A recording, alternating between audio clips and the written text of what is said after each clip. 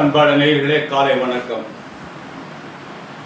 பெற்ற தாய் தனை மகமறந்தாலோ,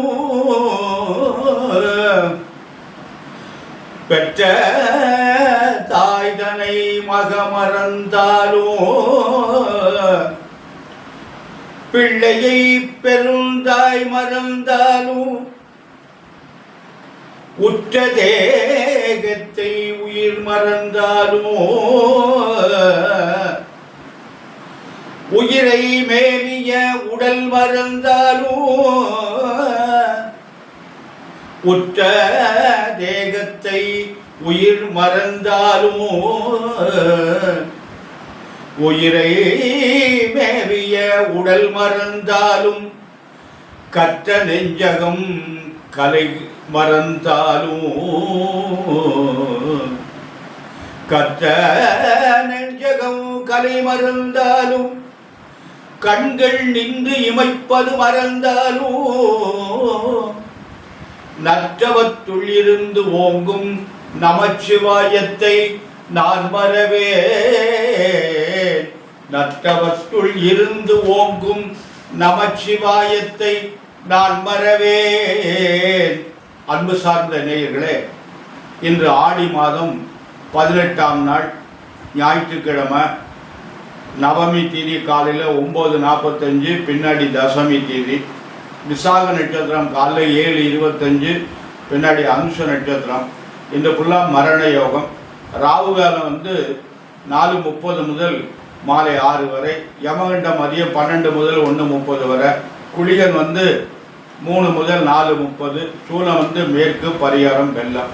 இந்த ஆடிப்பெருக்கு, ஆடிப்பெருக்கு என்றால் இது முக்கியமான இந்த தஞ்சை மாவட்டம், திருச்சி மாவட்டம், இந்த புதுக்கோட்டை மாவட்டத்திலெல்லாம் பெண்கள் புதுசாக திருமணம் பண்ணவங்க தாலி பெருக்கி போடுறதுன்னு ஒரு நிகழ்ச்சி இன்று பிரமாதமாக நடக்கும். காவேரி கரையில் இந்த ஆற்றுல தண்ணி 18 படி விடுவாங்க. இந்த காவேரி ஆற்றுல 18 படி தண்ணி திறந்து விடுவாங்க, ஆடி 18 என்பதற்காக. அதனால் இது ஒரு பெரிய விசேஷமான பண்டிகை. ஒரு சில பகுதியில் தென்னாட்டிலலாம் அது அதிகமாக பண்ணுறதில்ல, வடநாட்டில் தான் இது நிறைய. திருச்சி மாவட்டம், புதுக்கோட்டை, தஞ்சாவூர் இந்த பகுதிகளில் பிரமாதமாக நடக்கும் இந்த நிகழ்ச்சி பார்த்தீங்கன்னா. அதனால் இந்த ஆடி பெருக்குக்கு உகந்த நாள், திருமங்கல்யம் பெறுவதற்கு இந்த உகந்த நாள் என்று பெயர். மற்ற காரியத்துக்கெல்லாம் இது சிறப்பு கிடையாது. இந்த திருமங்கல்யம் பெருக்குவதற்கு மட்டும் உண்டு. நல்லா விசேஷமாக சாமியை கும்பிடலாம், அதுக்கு உகந்த நாள். அன்பான நேயர்களை, இன்று நமக்கு கிரகங்கள்லாம் எப்படி இருக்கிறது என்று பார்ப்போம். இந்த சூரியன் கடகத்தில் இருக்கு, கேது சிம்மத்தில், செவ்வாய் கன்னியில் இருக்கு, சந்திரன் விருச்சிகத்துக்கு வந்துட்டாரு, சனி ராகு கும்பத்தில், சுக்கிரன் புதன் குரு 3 பேரும் மிதுனத்தில் இருக்காங்க. இது இந்த கிரகத்தினுடைய அமைப்பு. மேஷராசி என்பவர்களுக்கு இந்த நாள் எப்படி இருக்கிறது? மேஷராசி என்பவர்களுக்கு இந்த குரு பகவான் 3ஆம் இடத்தில் இருக்கார், 3 கூடியவர் இருக்காரு, 2ஆம் அதிபதி 3ல் இருக்காரு. அதனால் அது நல்ல அமைப்பு கிடையாது. ஆனால் சனி ராகு 11ஆம் இடத்துல இருக்காங்க, அது பெரிய அமைப்பு மேஷராசி என்பவர்களுக்கு. சனி ராகு 11ஆம் இடத்துல இருப்பது நல்ல ஒரு முன்னேற்றத்திலும் லாபத்தை தரும் பேர். இருந்தாலும் குரு சரியாக அப்படின்னு இருக்காங்க. ரிஷபராசி என்பவர்களே அவங்களுக்கு அமோகமான நாள். ரிஷபராசி என்பவர்களுக்கு 2ல் இருக்கார் குரு, 2ஆம் அதிபதியில் 2லே இருக்காரு, உங்கள் ராசிநாதர் 2ல் இருக்காரு, 10ஆம் இடத்துல சனியும் ராகு இருக்காங்க. இதெல்லாம் உங்களுக்கு ரிஷபராசிக்கு அமோகமான நாள். நல்லதெல்லாம் நடக்கும், நல்ல காரியம்லாம் நடைபெறும், நன்மை அன்பு. மிதுன ராசி என்பவர்கள அவங்களுக்கு குரு ஜென்மத்தில் இருக்கார், உங்கள் ராசிநாதன் ராசியிலே இருக்கார், குரு ஜென்மத்தில் இருக்கார். ஜென்ம குரு ஏதாவது பிரச்சனைகளை பண்ணும், இடமாற்றங்களை கொடுக்கும், நிம்மதி இல்லாத ஒரு சூழ்நிலையை உருவாக்கும். அதனால் உங்களுக்கு நாள் நன்றாக இல்லை, கவனமாக நடந்து கொள்ளுங்க, ரொம்ப கவனமாக நடந்து கொள்ளுங்கள். கடக ராசி என்பது உங்களுக்கு நாள் சரியில்லை. கடக ராசிநாதன் எங்கே இருக்காருன்னா செவ்வாயினுடைய வீட்டில் போயிருக்கார், 5ஆம் இடத்துல இருக்கார், ராசி சரியில்லை. அதனால் உங்களுக்கு விரயமான நேரம். 12ல் குரு, தேவையில்லாத விரயங்கள் எல்லாம் எடுத்து விடுவாங்க, பார்த்து ஜாக்கிரதையாக நடந்து கொள்ளுங்கள். சிம்ம ராசி என்பவர்களை உங்களுக்கு இந்த குரு பகவான் 11ஆம் இடத்துல லாபஸ்தானத்தில் இருக்கார், அருமையான நாள். இருப்பினும் சனி ராகு 7ல் இருக்காங்க. மனைவி கணவனுடைய உடல்நிலை ரொம்ப கவனம் தேவை. சிம்மராசி என்பவர்களுக்கெல்லாம் குரு பகவான் 11ஆம் இடத்துல இருக்கார், நல்ல முன்னேற்றம் தரும், நல்ல லாபத்தை தரும். இந்த இன்னும் ஒரு 10 மாதம் இருக்குது, நல்ல பலன் தரும். கன்னி ராசி என்பதே உங்களுக்கு குரு சரியில்லை. குரு வந்து எங்கே இருக்காருன்னா 10ஆம் இடத்துல இருக்கார். 10 கூடையவர் 10லே இருக்கார். 9 கூடையவர் 10ல் இருக்கார். தொழிற்சாலை நன்றாக இருக்கும். ஆனால் பிரச்சனைகள் ஏற்படும். அதாவது நிம்மதி இல்லாத ஒரு சூழ்நிலையே கெட்ட பேர்கள் ஏற்படும். பார்த்து கவனமாக நடந்து கொள்ளுங்கள். அன்பான துளாராசி என்பதே உங்களுக்கு அருமையான நாள். துளாராசி என்பதுக்கு குருபகவான் 9ஆம் இடத்துல இருக்காரு. 9 கூடையவன் 9ல் இருக்காரு. சுக்கிரன் வந்து 9ஆம் இடத்துல இருக்காரு. இதெல்லாம் உங்களுக்கு ஒரு நல்ல அமைப்பு. மற்ற கிரகங்கள்லாம் பலமாக இல்லை. பார்த்து ஜாக்கிரதையாக நடந்து கொள்ளுங்கள். நல்ல முன்னேற்றம் இருக்குது துளாராசி என்பவர்களுக்கு. விருச்சிக ராசி என்பதில் உங்களுக்கு 8ஆம் இடத்துல இருக்கார் குரு. உங்களுக்கு 8ஆம் இடத்துல இருக்க குரு நன்மை செய்ய மாட்டார். எந்த வகையிலும் நன்மை செய்ய மாட்டார். காரியங்களை தடைப்படுத்துவார், தாமதமாக்குவார். அதனால் பார்த்து நடந்து கொள்ளுங்கள். அன்பான தனுசு ராசி என்பதில் உங்களுக்கு அருமையான நாள். நல்லது நடக்கும். நல்ல காரியம்லாம் நடைபெறும். உங்களுக்கு 7.5 சனியெல்லாம் முடிஞ்சு சனி பகவானும் ராகு பகவானும் 3ல் இருக்காங்க. நல்லது. குரு பகவான் 7ஆம் இடத்துல இருக்காங்க. அதுவும் நல்லது. அதனால் அவங்கவுங்க வயதுக்கு தக்கபடி படிப்பு, வேலை, திருமணம், குழந்தை, புது வீடு, வெளிநாட்டுக்கு போகிறது, இந்த மாதிரி அமைப்புகள்லாம் அந்த தனுசு ராசி அன்பர்களுக்கு அமையும். கவனமாக ஜாக்கிரதையாக நடந்து கொள்ளுங்க. நல்ல முன்னேற்றம் இருக்குது. நல்ல வாய்ப்பு இருக்குது. அன்பான மகர ராசி என்பவர்களை உங்களுக்கு குரு பகவான் 6ஆம் இடத்துல இருக்கார். எந்த நேரத்தில் எந்த சூழ்நிலையும் உங்களுக்கு கிரகங்கள் நன்றாக இல்லை. அதனால் பார்த்து கவனமாக நடந்து கொள். 7:30 முடியும் நேரம் ஜாக்கிரதையாக நடந்து கொள்ளு. கவனமாக நடந்து, பயப்படாதீங்க. கவனமாக நடந்து கொண்டீங்கன்னா கவனம். வண்டியிலலாம் போனீங்கன்னா மெதுவாக போங்க. பைக்கிலலாம் போனீங்கன்னா 40க்கு மேலே போகாதீங்க. காரில் போனீங்கன்னா 80க்கு மேலே போகாதீங்க. கவனம் தேவை, நிதானம் தேவை. அன்பான கும்பராசி என்பதில் உங்களுக்கு குரு பகவான் 5ஆம் இடத்துல இருக்கார். ஜென்மச்சனி, ஜென்மத்தில் ராகு இருக்குது, 7:30 இருக்குது. அவங்கவுங்க வயதுக்கு கொடி முதல் சுற்று, 2வது சுற்று, 3வது சுற்றுலாம் வரும். பார்த்து ஜாக்கிரதையாக நடந்து கொள்ளுங்கள். அன்பான கும்பராசி என்பதில் உங்களுக்கு குரு பகவான் 5ஆம் இடத்துல இருக்காங்க. நல்லது. 5 கூடையவன் 5ல் இருக்காரு. 4ஆம் அதிபதி 5ல் இருக்குது. இதெல்லாம் உங்களுக்கு கும்பராசி என்பதற்கு ஒரு நல்ல அமைப்பு. மீனராசி என்பதில் உங்களுக்கு 7:30 தாக்கம் இருக்கிறது. குரு பகவான் 4ஆம் இடத்துல இருக்காங்க. 4ஆம் இடத்துல இருந்தாலும் 10ஆம் இடத்தை பார்க்குறாங்க. தொழில் சார்ந்த பார்க்குறாங்க. இந்த பார்வை வந்து மிகச்சிறப்பாக இருக்குது. அதனால் நல்ல ஓரளவு தொழில் நடக்கும். அதாவது ரொம்ப மோசமாக இல்லைனாலும் ஓரளவு அந்த ஜீவனம் நடக்கின்ற மாதிரி தொழில் நடக்கும். பார்த்து கவனமாக நடந்து கொள்ளுங்கள். 7:30 சனி இருக்கிறது.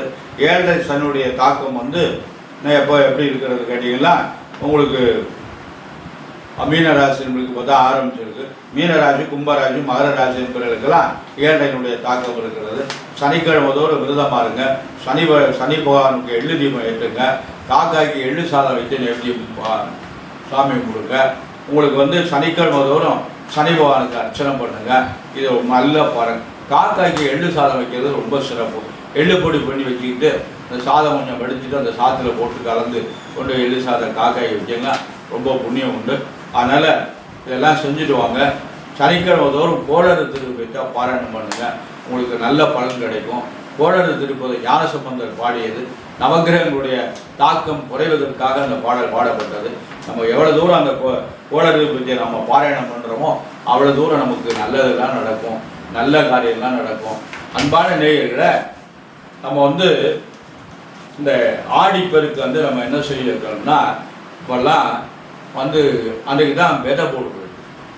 நம்ம தோட்டங்கள்லாம் போடுவோம். கொல்லையில் வந்து விதை போடுறதுன்னா கொல்லையில் தோட்டங்கள்லாம் போடுவோம். காய்கறி, அவரை, புடலை, வெண்டி, கத்தரிக்காய், இப்படி பயிர் கூடியெல்லாம் போட்டு பரங்கி விதை போடுறது, பூசணி விதை போடுறது, வெள்ளரி விதை போடுறது, இதெல்லாம் போட்டு கொல்லையில் போட்டு குழி தோண்டி இதெல்லாம் போட்டு தண்ணி ஊற்றி இதெல்லாம் பயிர் போடும்போது நமக்கு இந்த ஆடி பட்டம் தேடி விதைக்கும் போது இந்த ஆடி மாதத்தில் செய்கின்ற பயிர் நமக்கு வீட்டுக்கு தேவையான காய்கறியெல்லாம் கிடைக்கும். இது இன்றைக்கு செய்கிறது எல்லாம் இப்போ யாரும் பண்ணுறாங்க, சில இடங்களில் பண்ணுறாங்க. அதனால் இந்த ஆடி மாதத்தில் வந்து இதெல்லாம் ஒரு நல்ல ஒரு அமைப்பு இருக்குது. அன்பான நேயர்களை இந்த ஆடி மாதத்தில் சுபகாரியங்கள் பண்ணக்கூடாது அப்படின்னு ஒரு சில கருத்தை சொல்கிறாங்க. அது சரியாக தவறாங்க. எந்த மாதத்துலையும் எல்லா காரியமும் பண்ணலாம், பண்ணக்கூடாதுதான் சொல்லலை. ஏன் ஆடி மாதத்தில் சுபகாரியம் பண்ணுறாங்கன்னா ஆடி மாதம் இறைவனுக்கு உகந்த நாள், இறை வழிபாட்டுக்கு உகந்த நாள். அப்படின்னால இந்த மற்ற காரியங்களை நம்ம பண்ணோம்னா இதில் நம்ம கவனம் இருக்காது, விரதம் இருக்க முடியாது. அப்படிங்கிறதுனால தான் இப்போ பாருங்கள், பெரும்பகுதி ஆடியில் பார்த்தீங்களா யாரை பார்த்தாலும் கையில் காப்பு கட்டியிருக்காங்க. அப்போ 30 நாள் ஆடி 30 நாள் விரதமாக இருக்காங்க ஒவ்வொருத்தரும். ஒரு 10 பேர் முதல் வாரம் இருக்காங்க, மறு வாரம் இருக்காங்க. ஆடி 30 பெரும்பகுதி ஆடி 30மே இந்த அசைவ கடைகள் எல்லாம் வியாபாரம் கம்மியாகும். சைவ கடைகள் தான் நிறைய, காய்கறி நிறைய வியாபாரம். ஏன்னு கேட்டால் ஆடி பூரம் விரதமாக இருந்து இறைவனை வழிபடக்கூடிய மாதம் இருப்பார். அதே மாதிரி மார்கழியும் இறைவன், அந்த மாதம் 2 மாதத்துலையும் நம்ம எந்த காரியத்தையும் பண்ணக்கூடாது. ஏன்னா சிந்தனை நமக்கு இறைவன் மேல் இருக்கார். நம்ம 20-30 நாள் நம்ம குடும்பத்துக்காகத்தான் நுழைக்கிறோம். ஒரு 2 மாதத்துக்கு இறைவனுக்காக நம்ம நோன்பு இருப்போமே என்பதற்காகத்தான் இந்த மாதங்களில் வந்து நம்ம நல்ல காரியங்களை விதைக்க விட்டுவிட்டு இறைவனுடைய பணியை நாம் தொடங்க வேண்டும் என்பதற்காகத்தான் பெரியவர்கள் ஆடியில் எதுவும் செய்யாதீங்க, மார்கழியில் எதுவும் செய்யாதீங்க, இதை போய் தவறான கருத்தாக வந்து இவங்க பயன்படுத்தி மார்கழி மாதம் பீட மாதம் அப்படின்லாம் சொல்கிறாங்க. கண்ண பரமாத்மா மார்கழி மாதங்களில் நான் மார்கழி என்று சொல்லியிருக்கிறார். பெருமாள் சொல்றார் மாதங்களில் நான் மார்கழி என்றார். மார்கழி மாதம் இதமான மாதம். மார்கழி மாதம் பார்த்தீங்கன்னா எல்லாரும் மூஞ்சியும் பழிச்சுன்னு இருக்கும். ஏன்னா சீக்கிரமாக குளிச்சுட்டு நிறைய சந்தனம் குங்குமம்லாம் வச்சுட்டு நல்லா இருப்பாங்க. மற்ற நாளில் போய் பூஜை கூட பூஜை மாட்டேங்கிறாங்க. இப்படியெல்லாம் ஒரு கருத்து இருக்குது. அதனால் அன்பான நேயர்களை இறை வழிபாடு பண்ணுங்கள். நம்முடைய குழந்தைகள் நலமாக இருக்கணும், நன்றாக படிக்கணும், கை நிறைய சம்பாதிக்கணும், அந்த குழந்தைகளுக்கு நல்ல வாழ்க்கையாக இருக்கணும், அந்த குழந்தைகளுக்கு நல்ல குழந்தைகள் பிறக்கணும் எல்லாம் என்பதற்காக எல்லாம் வல்ல எம்பெருமான் சர்வேஸ்வரனையும் வள்ளல் பெருமான் வள்ளியின் மலால் முருகப் பெருமானை பிரார்த்தனை செய்து நிறைவு செய்கிறேன். நன்றி.